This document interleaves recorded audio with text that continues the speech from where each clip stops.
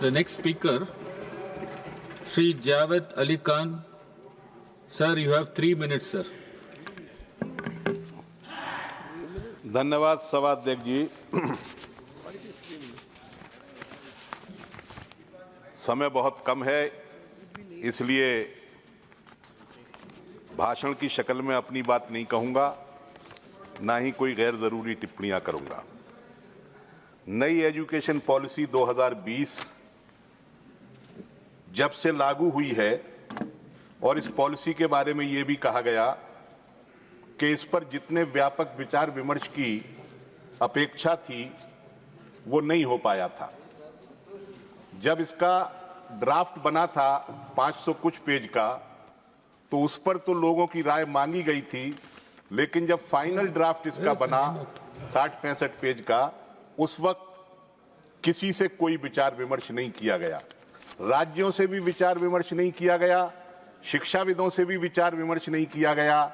यहां तक के जो एक संस्था है, बहुत पुरानी, अंग्रेजों के जमाने की है, CABE, central advisory board of education, जो समय समय पर जिसकी बैठकें होती थी, न्यू एजुकेशन पॉलिसी बनने से पहले से उसकी कोई बैठक नहीं हुई और बाद में भी कोई बैठक नहीं हुई। इसका नतीजा ये हुआ कि बहुत सारे कंफ्यूजन भाषा के संबंध में, दाखिलों के संबंध में, नियुक्तियों की प्रक्रिया के संबंध में वो रह गए, जिनका कोई हल नहीं निकल पा रहा है। और यूजीसी को हायर एजुकेशन में न्यू एजुकेशन पॉलिसी बनने के बाद करीब 3 दर्जन रेगुलेशन समय समय पर जारी करने पड़े हैं, एक दूसरे को कंट्राडिक्ट करते हुए। सर, हायर एजुकेशन की स्थिति ये है कि न्यू एजुकेशन पॉलिसी में एक कमीशन बनाने की बात कही गई थी कि सारी संस्थाओं को मर्ज करके एक हायर एजुकेशन कमीशन बनाया जाएगा, लेकिन अभी तक उसकी दिशा में कोई खास प्रगति नहीं हुई है। कुछ साल पहले एक ड्राफ्ट उसका जरूर सर्कुलेट हुआ था, लेकिन उसमें क्या प्रगति है ये बताना चाहिए शिक्षा मंत्री जब जवाब दें। एक बहुत बड़ा कमिटमेंट देश के साथ पिछले कई बजटों पर किया गया है और आमतौर पर एक मांग रही है कि जीडीपी का 6% हम शिक्षा के क्षेत्र में खर्च करेंगे। लेकिन सभाध्यक्ष जी, आज हम 2.7% भी पूरे तरीके से खर्च नहीं कर पाते हैं, तो 6% का जो संकल्प पिछले बजटों में कहा गया था, उस तरफ, उस दिशा में क्या स्थिति है, ये बात भी शिक्षा मंत्री जी को बतानी चाहिए। सर, सेंट्रल यूनिवर्सिटी और सेंट्रल गवर्नमेंट की जो संस्थाएं हैं, उनमें बहुत बुरी स्थिति है।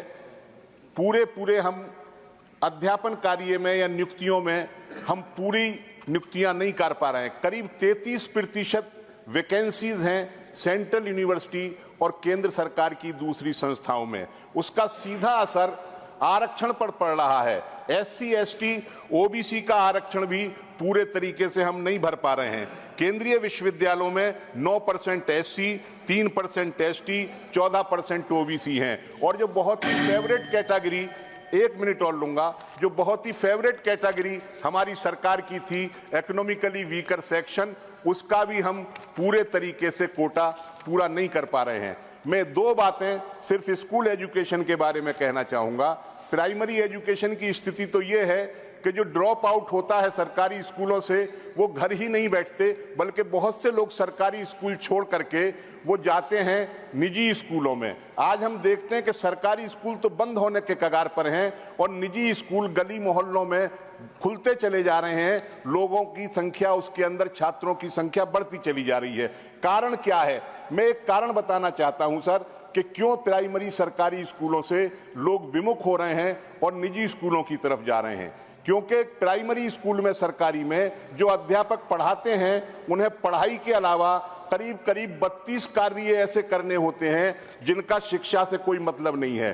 वो BLO की ड्यूटी करेंगे, वो चुनाव की ड्यूटी करेंगे, राशन बट रहा है नहीं बट रहा है इस बात का सुपरविजन करेंगे, पल्स पोलियो का काम करेंगे, बोर्ड परीक्षा में ड्यूटी देंगे, प्रतियोगी परीक्षाओं में ड्यूटी देंगे, राशन कार्डों का सत्यापन भी करते हैं, मिड डे मील का सुपरविजन भी करते हैं, जनगणना भी वही करते हैं, पशुगणना भी वही करते हैं, बाल गणना भी वही करते हैं, वृक्षारोपण भी वही करते हैं। इस प्रकार के 32 काम हैं। जब ये सब काम स्कूल के अध्यापक करेंगे तो पढ़ाएंगे किस वक्त? इसलिए लोग प्राइमरी स्कूलों से, सरकारी स्कूलों से छोड़ करके उसकी तरफ जा रहे हैं। आखिरी बात मैं पीएम पोषण शक्ति निर्माण पर मैं कहना चाहता हूं। आज की तारीख में हम मिड डे मील जिसे हम पहले कहते थे, उस पर हम 6 रुपए 19 पैसे प्रति छात्र खर्च करते हैं। दिसंबर तक ये 4 रुपए 97 पैसे था।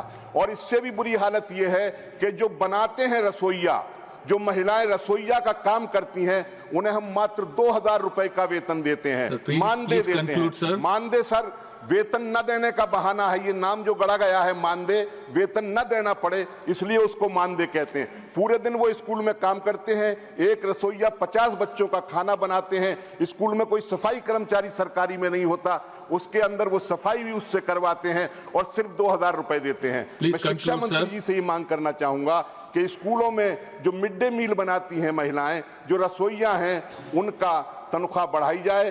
2000 की बजाय कम से कम उन्हें 10,000 रुपए दी। आखिरी बात मैं पीएम श्री विद्यालय पर सर कह दूं, बहुत ढंढोरा पीटा जा रहा है।